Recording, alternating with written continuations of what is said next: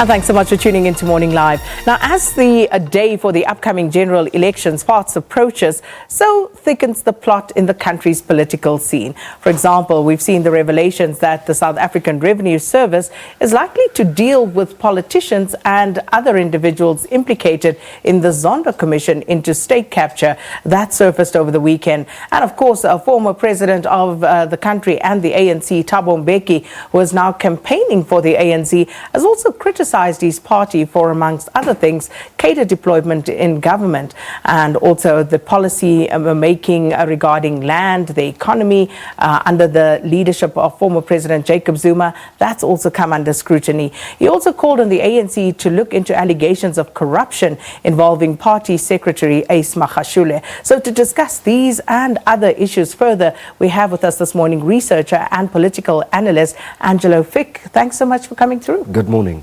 So looking at what's been playing out, especially over the weekend, we had the axing of Thabo Mbeki and, of course, Lawrence Mkhwebi. These are senior officials within the NPA. Was it much of a surprise, though? The axing was an inevitability. Its timing, I think, has to do with the endless drawn-out process that we are in the middle of.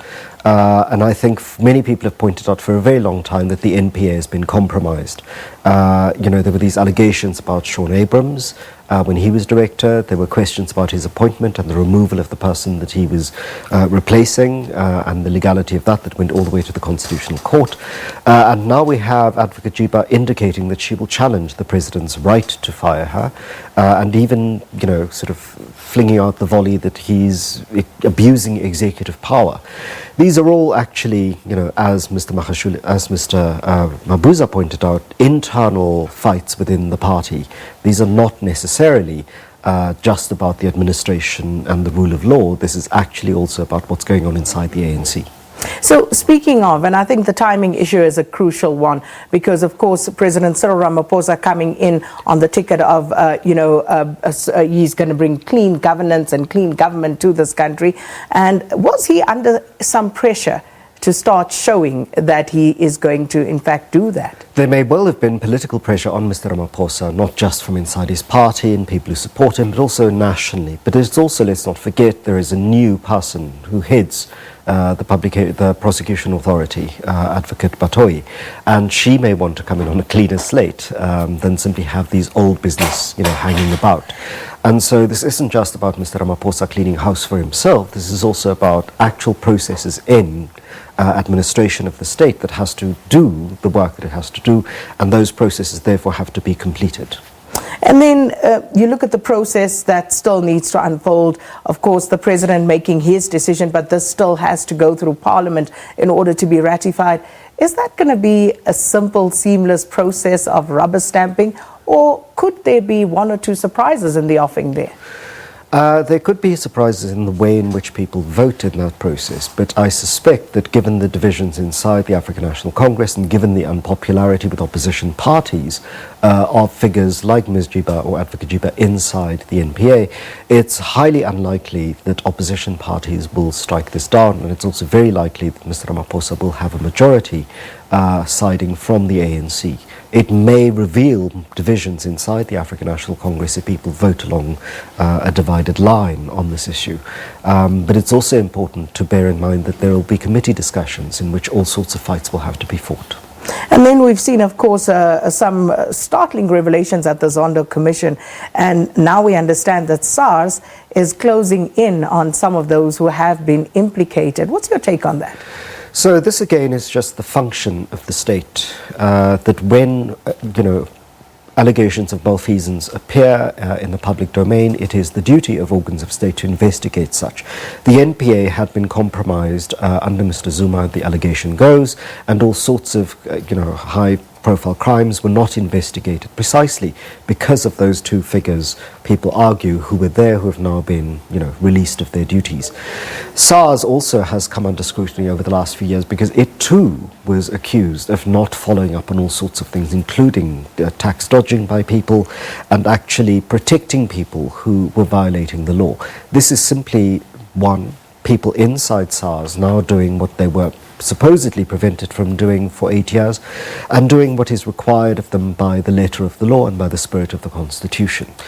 Many people will see in this also that there is a working out of the using of organs of state to fight and settle political disputes inside the African National Congress. This is not to say that that isn't also happening, but it is crucial for us as citizens of the Republic of South Africa to recognise that this is also about the civil service doing what the civil service is required to do, which is to uphold the law and to follow on from certain kinds of public allegations and investigate them and make sure that money that may have been undeclared then gets investigated and that the tax is recouped. The question then becomes, Angelo, what do they prioritize? And why go after, some would ask, why go after people who have now been fingered in these commissions of inquiry that are very recent and still current in some instances, when there has been evidence of wrongdoing of people that ought to be prosecuted going back, a number of years? Why are we not seeing any action in that regard? So that's a question that I think the head of Treasury is best placed to answer, because SARS is accountable through that process, and so questions of why particular people are being targeted. Some are also arguing that these are people being targeted in a particular strain of public sector, private sector corruption, whereas there are all sorts of aspects of private sector corruption. One doesn't really want to, but has to mention Steinhoff, that SARS may not be pursuing with the same vigour and public rigour that many people see them pursuing these issues of Bosasa. However, that again is something that the SARS Commissioner may best be able to answer, why certain cases are given public prominence. And let's also not forget that simply because the media pay attention to something doesn't mean that SARS isn't pursuing a whole series of other things that the media simply aren't picking up on. So again, SARS Commissioner will have to answer why it is that SARS is focusing on these issues, or why these issues have been given public prominence, and as the public protector, previous one, used to do, outline the many other cases that SARS may be pursuing. Because as that public protector advocate Thuli Modonsela used to point out, there are the public cases that are really just the cream of the crop or the tip of the iceberg. Kokotaminis, she used to call them. But there are the 500 other cases that could also be given public prominence but aren't. And so in the SARS case, some similar explanations might be useful for the public to continue to have trust in the function of the administrative organs of state. Absolutely. And then, of course, speaking of the public protector, now there are some rumours that the public protector may find herself in a spot of bother and may find herself actually arrested. These are, I think, the same kinds of issues that we've seen play out in her relationship with Minister Godan for the last 2.5 years, or 18 months or so. What we've seen is increasingly people who've been deployed, those cadres who've been deployed into organs of state and into the civil service, standing off against one another around political lines inside the party. This has, of course, always been the danger of cadre deployment. It was pointed out by various people, including Mampili Rampeli and Njabulo Ndebele in the mid-2000s, that what we need is an active civil service that is separated from the political domain of parties. And the fact that we don't have this may explain some of these issues. If the public protector is indeed in the line of fire, that speaks volumes of the process by which she was appointed, because let's not forget that that process was a multi-party process, it was a parliamentary process, it was an administratively sanctioned, constitutionally ordered process. And so if that process could get this kind of compromised person, if she is compromised, into a position of power for as long as she has, the oversight of Parliament, of course, is something that has to be investigated and strengthened. Let's not forget that it was Mogoeng in the Constitutional Court who reminded us that the National Assembly had failed its constitutional duty to hold the executive to account. It would be terrible if the National Assembly were once again held to have failed its duty in its oversight role in the appointment of, among other people, the public protector. And going back to what you said just a little while ago about the perception and making sure that people at least see that you are dealing with some of the other cases, not just the ones that the media are currently focusing on. I'm reminded of Jacques Pauw's book and some of the revelations contained therein, which, by the way, have not been contested as far as I know. Nobody has gone out and said, this is incorrect and therefore, done something about it one way or another.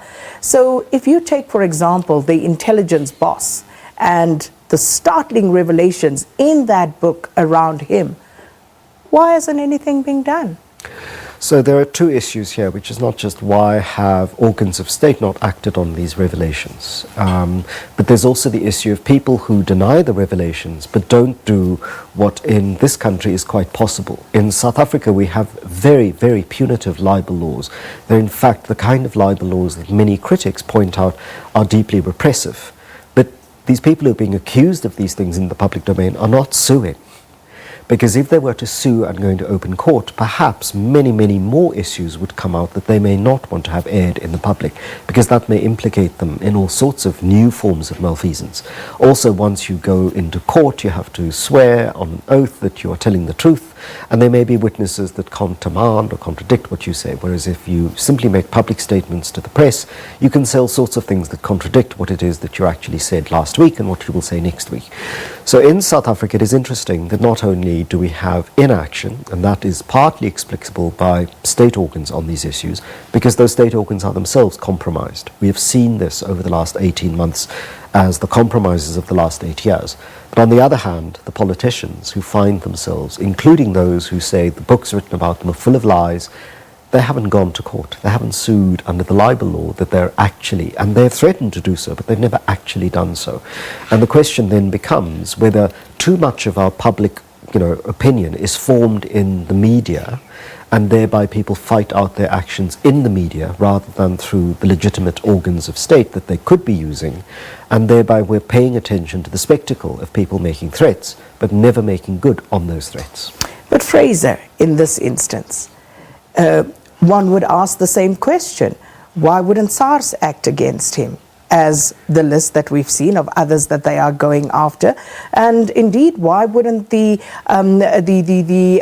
criminal justice system in its various legs go after him, given what was revealed and not contested? So again, because we have three arms of state, it is not just the duty of the executive to instruct various civil servants to pursue this. It is also the duty of members of parliament as the representatives of the people to use Mogoeng's phrase.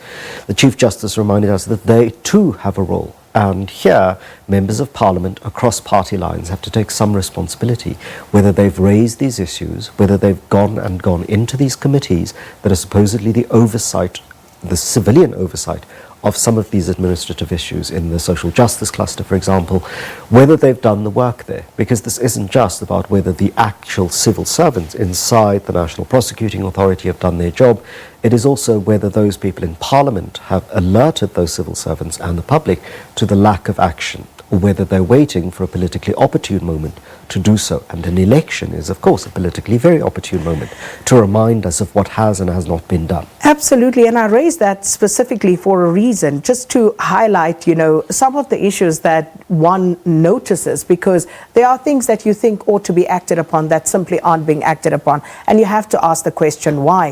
When you speak of our elected representatives in Parliament, for them, you take, for example, what IPID had raised in those portfolio committees about some of the things that have gone on in the police. KGB Sitole, for example. Here's a guy who was supposed to be in prison, finds himself working in the criminal justice system, in the police, in intelligence.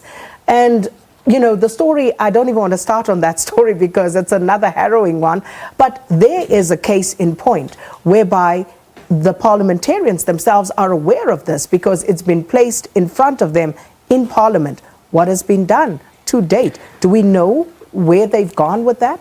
So what you have here is, because you have an ANC-dominated Parliament, you have an ANC-dominated committee system. And so it becomes the duty often of either dissenting ANC politicians. So let's not forget Makhosi Khoza, when she was an ANC MP, dissented from her party and proceeded to behave in ways that eventually saw her kicked out. And we have opposition party members who often speak out on certain kinds of issues. We've had Helen Zille, when she was the leader of the official opposition in Parliament, often speaking out about the appointments of people to some of these institutions of state and these organs of state. What I think we have at the moment is political parties and politicians focused on electioneering. And focusing on electioneering means that all sorts of actual work that they should be doing is not being done. And this is one of the problems we have in a system where people vote for the party, and therefore MPs are chosen by the party and therefore have a split, shall we say, accountability. They're accountable to the party as well as to the electorate. But the electorate has no direct way of keeping them accountable. And this is something that, again, Chief Justice Mogoeng pointed out in 2 judgments in the Constitutional Court, that it is this balance between the way in which parties hold their people in parliaments and legislatures accountable to their agenda because the voters voted for the party, and the way in which those representatives have to fulfill their constitutionally mandated duty. The thing that they swore allegiance to was the Constitution. And that split often requires a people to behave in ways that sees them fired from their parties in an entirely legitimate way, which then prevents them from doing the very thing that they swore allegiance to the Constitution to and that they're accountable to the voters for doing. We're out of time, but I have to ask you, we saw in recent weeks the return of Thabo Mbeki and, of course, Tony Leon as well to come out campaigning for the African National Congress and the Democratic Alliance. What do you make of that and some of the sentiments expressed by them as well? So what I see in this is Tony Leon has not done this before. So this is not, Tony Leon has campaigned for the DA before. He has never distanced himself from the party in the way that Thabo Mbeki distanced himself, if not verbally, at least in terms of his removal from spaces where he could be implicated for a few years. His return is an interesting return because it shows his loyalty to the party, I think, in some ways. But in other ways also, it's settling of old scores. The man who displaced him and the administration that replaced his and took the country on a different route is now open to critique by a former president who can use the space of campaigning to do so. And that, I think, is a crucial shift for the ANC, that you have somebody who is willing to say, I will support the party, but I'm deeply critical of it, but I'm also deeply critical of what has happened under the watch of my successor and the predecessor of the man who's currently in office. And we saw what happened to the elders inside the ANC when they tried to do this. That the party closed ranks. It's much more tough in this dispensation with Cyril Ramaphosa's support at the 2017 electoral conference to do that kind of unified silencing of critics of the party. The critics are now so senior and so central to the power mechanism in a crucial moment that the party faces re-election that it's going to be very difficult for people to dismiss it. Well, Angelo Fick, thanks so much for coming through. Political analyst and researcher Angelo Fick speaking to us about some of the political developments in the last week or so. With that, it's time for news with Leanne.